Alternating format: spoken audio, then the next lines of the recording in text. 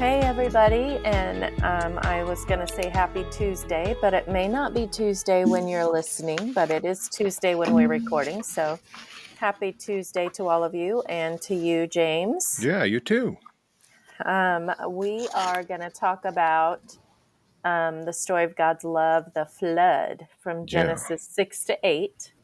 And you preached this just 2 days ago on Sunday, the 8th of February.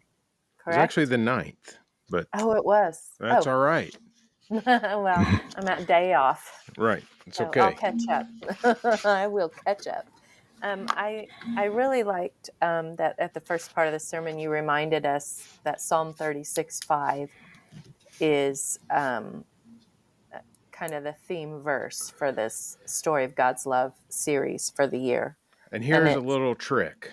yeah, Since this lasts a whole year, yeah, 365 days, yeah, it is Psalm 3, 6, 365. So if 5. you want to That try to is remember the awesome. theme Yeah. verse, you just have to remember how many days are in a year.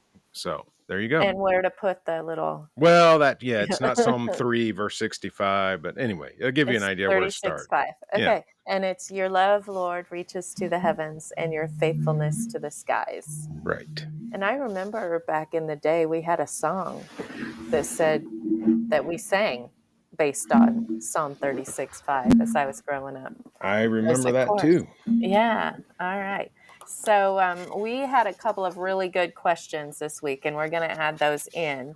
But if you all want to send us your questions, you can text them to 217-712-6621. And you can email them to questions@taylorvillechristian.com. Or you can always fill them out in your Connect card and put it in the offering on Sunday. Right. So speaking of Sunday, you started out your sermon kind of talking about the flood and all the animals and Noah's Ark, and kind of being, we think of it as a kid's story. And, we really do. I think I've had little Fisher Price, little people toys. I've seen sensory toys. I've seen like nursery themes. Yeah, for sure. I think my boys even had a quilt with Yeah, I think like we all the had little something like that animals. too. We've had Yeah, a we've had a Noah's Ark cookie jar. We've had all kinds of yeah, stuff like that. yeah. Yeah. I had these cute little magnets for the fridge that the ark was the base, and you could take out the pair of giraffes or the pair of Right. bears, and it was cute. But it is so not It's a really not, story, is it? a kid's story. And I think there are a lot of stories that in the Bible that we teach our kids, but they also have either something negative that happened before them or some disturbing scenes about them. I think you were talking about David and Goliath. Yeah, yeah. I remember the first time I found out that David cut off Goliath's head. I just knew about the five smooth stones and the Yeah, sling and the song. There's another song for that, yeah, right? And yeah, then I was like, cut off his head? What are you talking about? And that's yeah, not in there, but yeah, it sure enough yeah. is. So, Yeah. and the first part of Genesis 6 is definitely a story of another kind. Yeah, for And sure. the wickedness that is actually portrayed there is like stuff we've never heard of. Yeah, It's there's no almost, song yeah, about that. no, there's not. And it talks about, anyway, we had a question of that early on during the reading. If you did the reading or doing the reading, it does not go along with where we're at, the weekly readings. So very early on, we had a question about Genesis 6, and that if you want to go back and listen to that, it was from our podcast that we recorded for the January 12th sermon, Yeah, and it was at the end of it. Someone had a question about who those Nephilim characters were right. that's mentioned. But anyway, back to the flood. Those guys that the question was about are part of the wickedness that was found Definitely. in the world. Um, so let's see. The wickedness in the world is how the NIV states it, chapter 6, and the ESV calls it increasing corruption on the earth. Yeah, it seems to So, be overwhelming. Like that is yes. the only thing that people are thinking about is doing wickedness. So Yeah. it's overpoweringly wicked. hmm yeah. When we got to verse 5 in the sermon, or that's where you started Yeah, Sunday. right. The Lord saw how great the wickedness of the human race had become on the earth, and that every inclination of the thoughts of the human heart was all Only evil. evil, only evil all the time. Right. And I think you said that the humanity that God called very good is no longer good at all. And I think that's so difficult for us to fathom.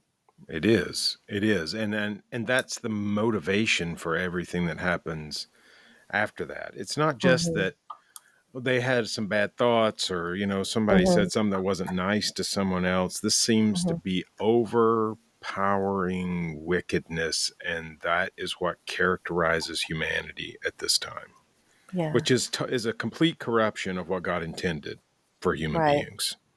When you went through chapters 1 through 5, and well, especially chapter 1 and 2, and everything we know about God's attributes, his character, Right. and his image so far.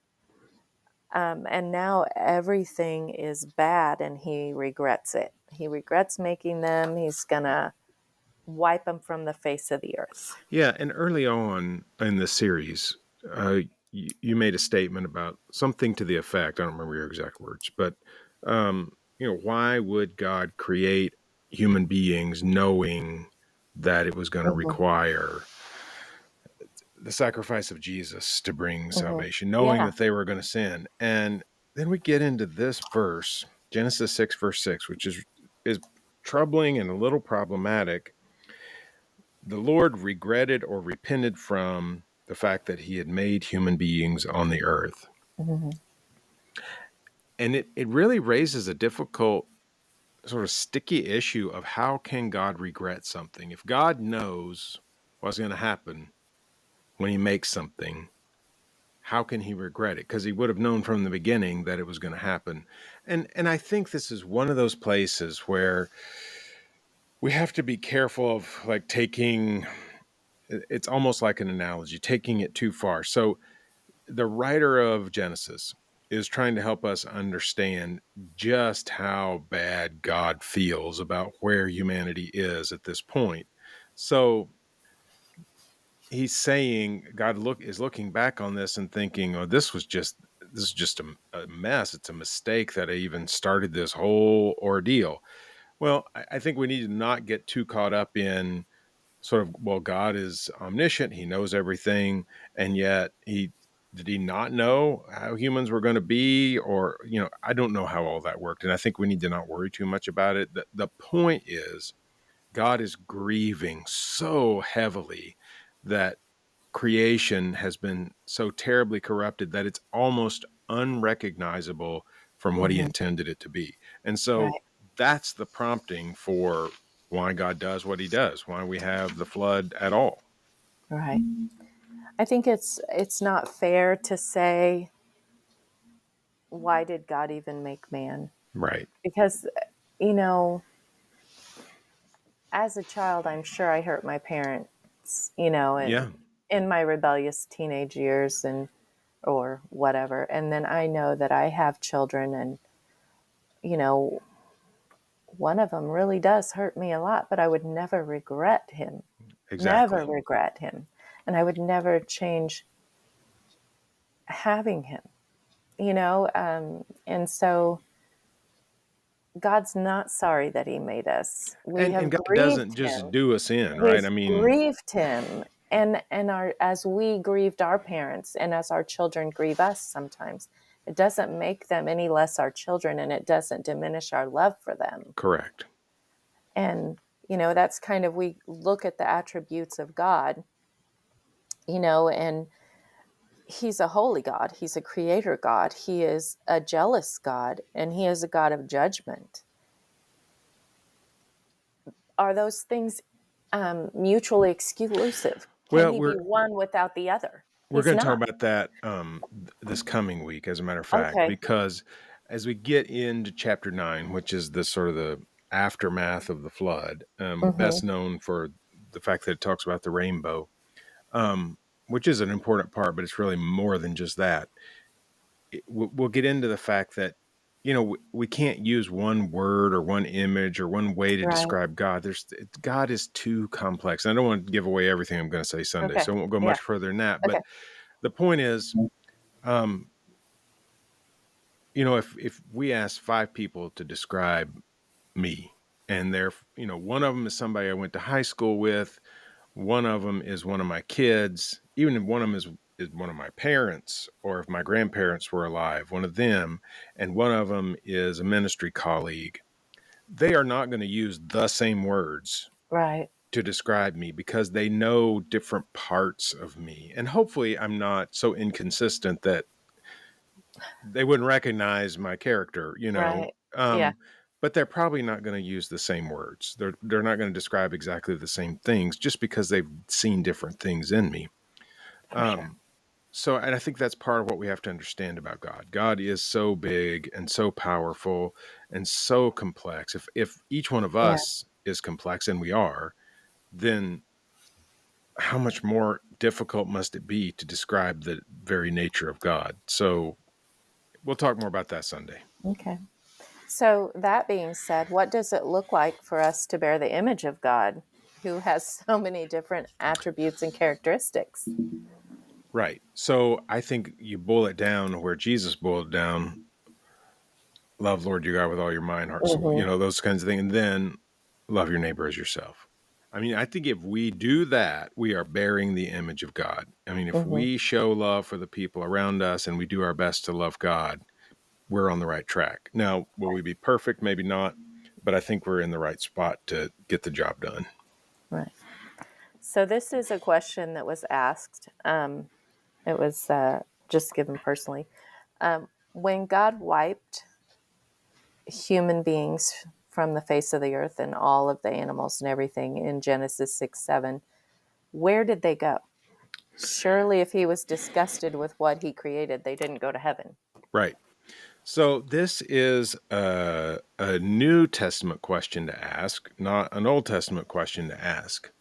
Because if we look through the Old Testament, we are given almost no information about what happens after death.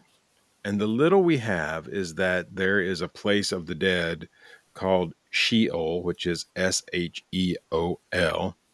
And it's just this shadowy existence. It's like ashes. It's like, it's nothingness. Um, And that is really transformed when we get to the New Testament. So the people who would have originally read this would never have asked that question because they didn't Mm, have the same context that we do. So we have to be okay. careful sort of asking a New Testament question of an Old Testament text. So of course, if anyone says to me, James, what happened to that person after they died? Well, I am clearly not the judge, right? Hmm. That is not my Right. role. So I'm never going to answer that question with a definite answer, because that is way beyond my pay grade. So Hmm. that's completely up to God. So I don't know the answer to that question. We're not given any, real hints at it. Um, they do seem to be really evil, which I guess that is a hint, but we don't know Right. because the text just doesn't go there, because that was not something they Right. were asking. So I guess they were not in a good place with God, clearly, or God would not have done this. But exactly what that looks like for Old Testament people before Jesus, it's a little harder Yeah. for us to answer. And how many people were there on the earth at the I have time? no idea. That's a good No, question, and I it wish we is. knew an Yeah. answer, but we have no even a hint to answer that. So we were talking earlier about what it must look like, because it's very difficult for us to fathom that there was nothing good in them. They were only evil all the time. And Right. that's so hard for us to imagine. It is. If we were going to compare that to our society, they were bad enough for destruction then. And sometimes we look at people and think, well, there's nothing good in them, or situations, Right. and think it's just evil. And we do see evil. Um, how are we now? Do we need to be, you know, how are we compared to them? Um, well, I mean, we see all kinds of evil, so we can't minimize that, right? I mean, we Right. do see evil on a dramatic scale, but not just now. So Hmm. if you look back over the last 100 years or a little bit more, Right. you see dramatic evil at work in many places around the globe. Yeah. On the other hand, we do also see Very some good. really bright Yeah. spots. So it Yeah. seems to me that the inclination of humanity at this moment is not only evil Evil. all the time. I Yeah. mean, what makes the news? Well, we all know the bad news, right? So, I mean, I Right. follow a few of those feeds on either Instagram or, something like that. That's like good Hmm. news. And I mean, it is shocking how many things that are just maybe in small ways, maybe in big ways, people are doing really good things. So I don't think we're Right. in the same place where you would describe humanity in the same terms that they are in Genesis 6, verse 5. Right. So that kind of, God hit the reset button then. Right. Are we looking at, with the magnitude of wildfires, massive hurricanes, um, in multiple states, the extreme number of child trafficking and murders, and all the deceit in our nation as well as around the world? Is this a sign or a forewarning from God that He, needs to get ready to hit the reset button? Or you think, Well, what do you think?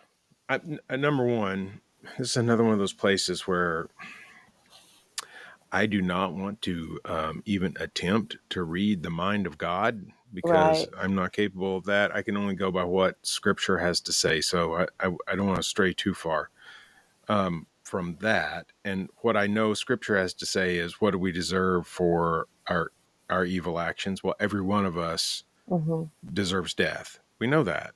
Yeah. We're all sinners, every single one of us. For all have sinned and fall short of the Right. glory of God. So there's no exceptions to that other than Jesus.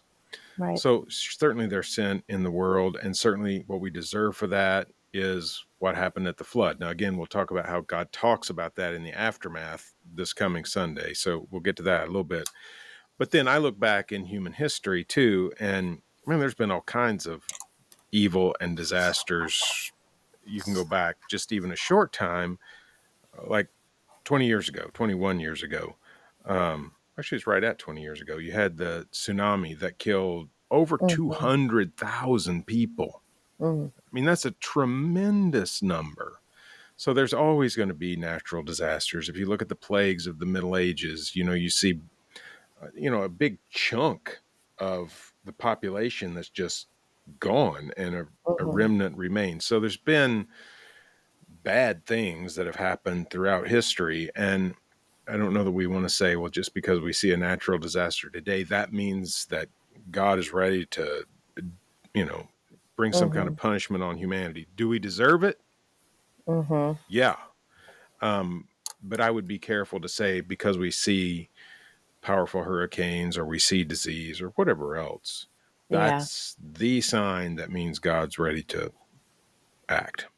Well, and I think some of the natural things is that, I don't know, when I hear the verse, and this is just what comes to my mind, when I hear the verse in the New Testament, and I don't even know where it's at, but that the whole earth groans as in childbirth with Right. expectation and just awaiting Right.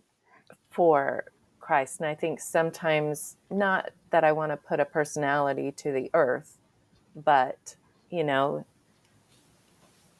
I I don't know, maybe nature even wants to get back to the way it was Well, no, I think with that's the point Eden, of that verse. I you think you're know? right. I think that we have a sense that we're waiting on God to put Uh, things right, and that yeah. all of creation is waiting on God to put things right.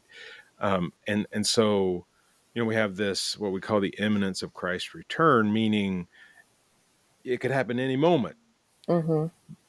It may not, but it could happen at any. It is as though Christ is standing around the corner and he can just show up at any time without warning. Yeah. So we need to be prepared for that, and we need to be anticipating that in ways. I mean, looking forward to the presence of Christ among us.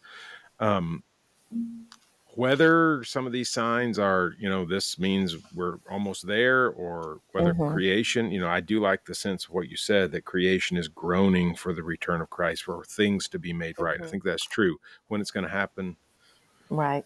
we don't know. And that was Romans 8:22. I looked Okay, it there you go. up. So, um, Great chapter in the Bible. yes.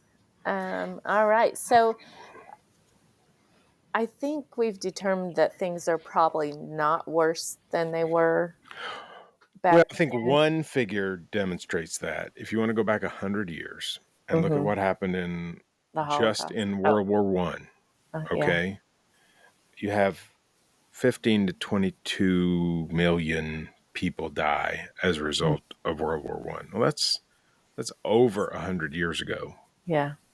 So bad things happening, even tremendously Back evil. then. Yeah. And then go forward. Yes, you get to the Holocaust and you have millions die then. And so Right. really bad things have definitely happened, both in Right. terms of natural disaster and in terms of lay it at the feet of human beings because they brought it on themselves. I Right. mean, not the people who were killed, but the fact that we as humans are evil. Right. And we It's our fault. So we have horrible things that have happened because we are sinners. yeah. And I mean, unfortunately, we see evil things happening in the world now. And it again is the result of the fact that we are failing to live up to who God wants us to be and to reflect his glory, his nature. So we can't look at um, the evil that we see in the world without talking about the media access that we have and Right. how it just is like the day of 9/11. How many times did we watch those planes go No, into yeah, the tower? I sure. mean, like over and over and over and over again. And are we bombarded with that and, things blowing up? I mean, do we get desensitized or do we get overstimulated? Well, probably a little bit of Um, both, depending on what our yeah, character, what our makeup is like, right? right. So, and that it's not bound to have its effect on us, whether we know. I mean, even so, there's some things that have happened that we could see on the news that have actually happened. Then you add to that um, the media that we watch that we know is dramatized. So Yeah, shows we watch, movies we watch. Okay, yeah. that's we know that's not real, and yet Mhm.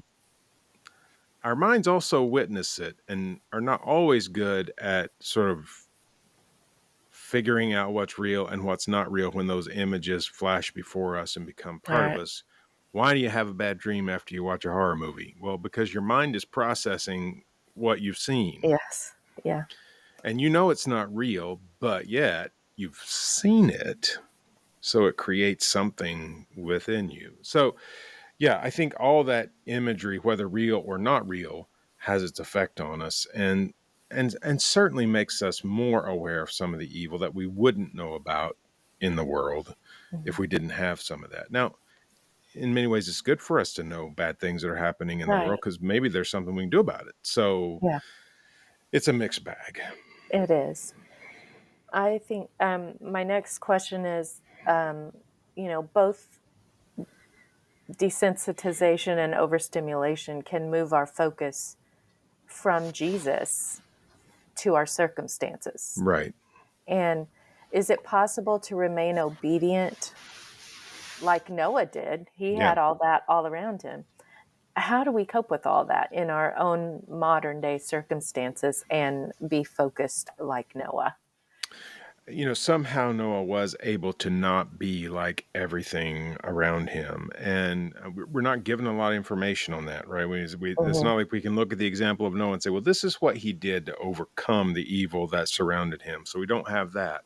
Right. But I think as we look to, I mean, Jesus, Paul lived in cultures in which they faced great evil of varying kinds, depending on where they were and what they were doing, and yet they were able to focus on, this is what I'm called to do. And I think that's, Mhm. mission speaks to that, when we can focus on, okay, yes, there's powerful evil going on in our world, some of it as a result of the sin of humanity, some of it as a result of the fact that we live in a world that has been corrupted by sin. It's a fallen world. So um, they were able to recognize, this is how I can be part of God's solution. This is how I can participate in allowing God to act in the world. He can use me to make some piece of this better.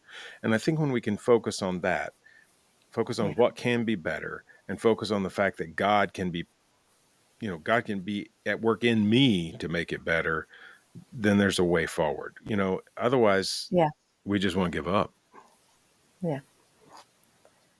So my next question is, it kind of has to do with media access that we have and the world at our fingertips. It's a tool that can be used for good or evil. Right. We can be entertained by it, or it can be anxiety inducing. It can be influential. It can be educational. It can be manipulative and controlling.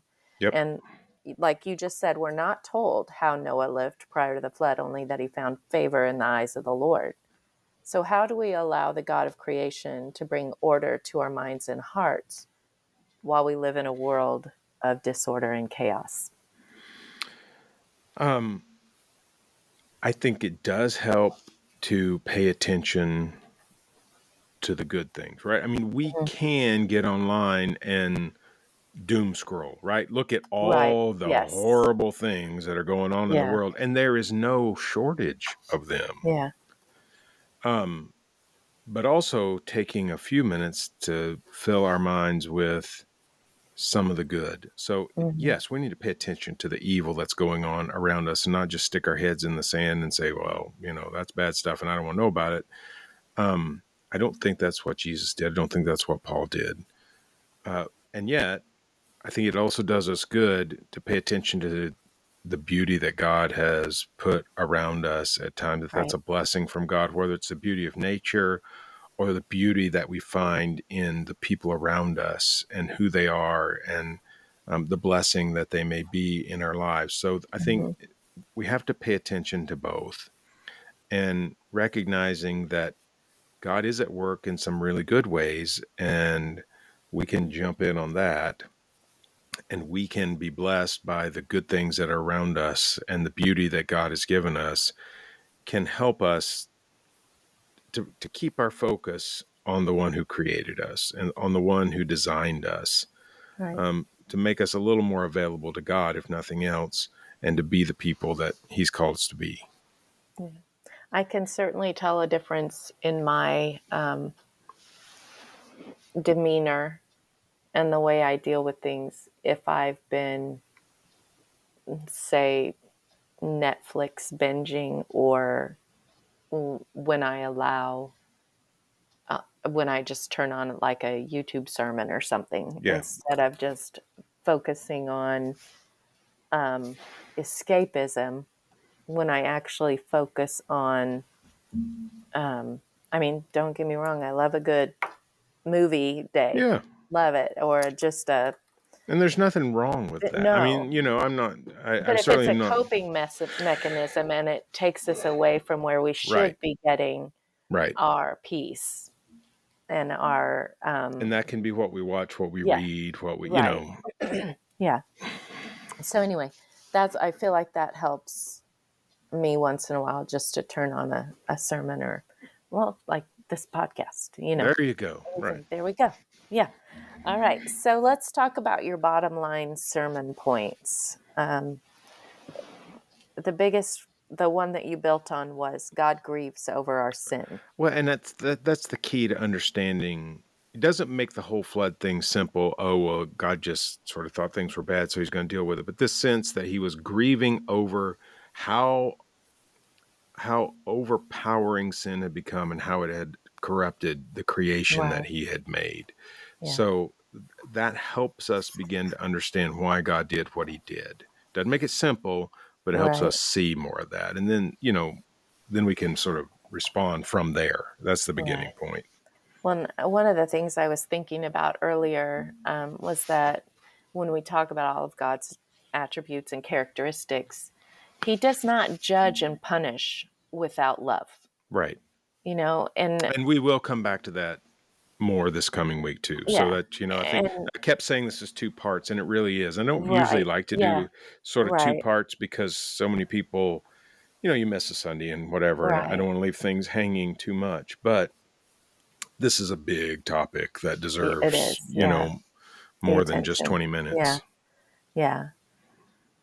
Sin matters, and we can't minimize or rationalize it, and that was a really good, And, it's not the first time we talked about that in this right. series because it just keeps coming up. And that, we do have consequences. We Right. can be forgiven and redeemed, but that doesn't erase consequences. We may still Sometimes have to deal with we them may right here still and have to now. deal. Yes. Yeah. And sin can be overcome. This is not the end. And so next week is going to be the hope, maybe Well, after the at flood, least in part. I mean, in it, part. it talks Yeah. about another part of who God is that I think helps Hmm. us see something fuller here. So, we'll Yeah. get to that. And certainly we are continuing to build toward Jesus. And we won't get Right. there, I don't think, till August, maybe. I mean, it's going to be a while, but Yeah. there's so much of the Bible that, I mean, you got 39 books before you get to Right. Jesus. So we got a lot of ground to cover. But we can still see characteristics and attributes of Jesus in God the Father, God the Right. Creator, here in N.T. the Old Wright Testament. calls them signposts. And I think Signposts. I there are like it. I That's a do good, too, yeah, signposts even within our character, right, within the Old Testament, within the law itself. I mean, all the things we're going to get to point us to something else. right, And ultimately, that's Jesus. yeah, So I feel like we're going to see those signposts all along the way, right, and they all point to Jesus. yes. So, what was the most impactful piece for you in this I sermon? remember the first time someone pointed out to me this Genesis 6 verse 6. And it's, this is a story, we do hear the story since we're kids, Noah and the ark and all Mm-hmm. this. Yeah. And just that verse saying that God repented of making human beings, Mm-hmm. it's very sad. And Yeah. it makes us grapple with our own sin. And to me, that is just a powerful verse of scripture that has really descriptive language that helps us see why sin really does matter. Yeah. So it's not pleasant, but it's still true. So I think, we need to Yeah. acknowledge those things that are hard, even if they are hard. I feel like you broke those two verses down very well. I hope Um, so, because they're really important. And yeah. again, they are difficult, but we need to hear them. Yeah. And I feel like you did it very well. Well, thanks. Good. Yeah. So one of the things you said that I really liked was humanity deserves destruction, but even then God offers mercy Right. through Noah and the Right. promise. And you know, humanity still deserves destruction, but Right. God offers mercy. Right. And that's the good news that we see That all the is the way good through. news. Yep. Yep. All right. So we talked about what's next. So next week is Genesis 9 on Yeah, Sunday, Genesis 9, 1 through 17. 1 And through it's, 17. I mean, the key word that we'll come to is covenant, that God makes a covenant with Noah and with every human being who comes after him. And Right. I think that includes us. So it's pretty It does. important. Yes. I'm looking forward to next week. All right. So that'll be it for today. We hope you all stay safe with the snow that's predicted for tomorrow, the Right. snow and ice. Just keep in touch and let us know if you need anything. And until next week, we will be available. See you then. Bye.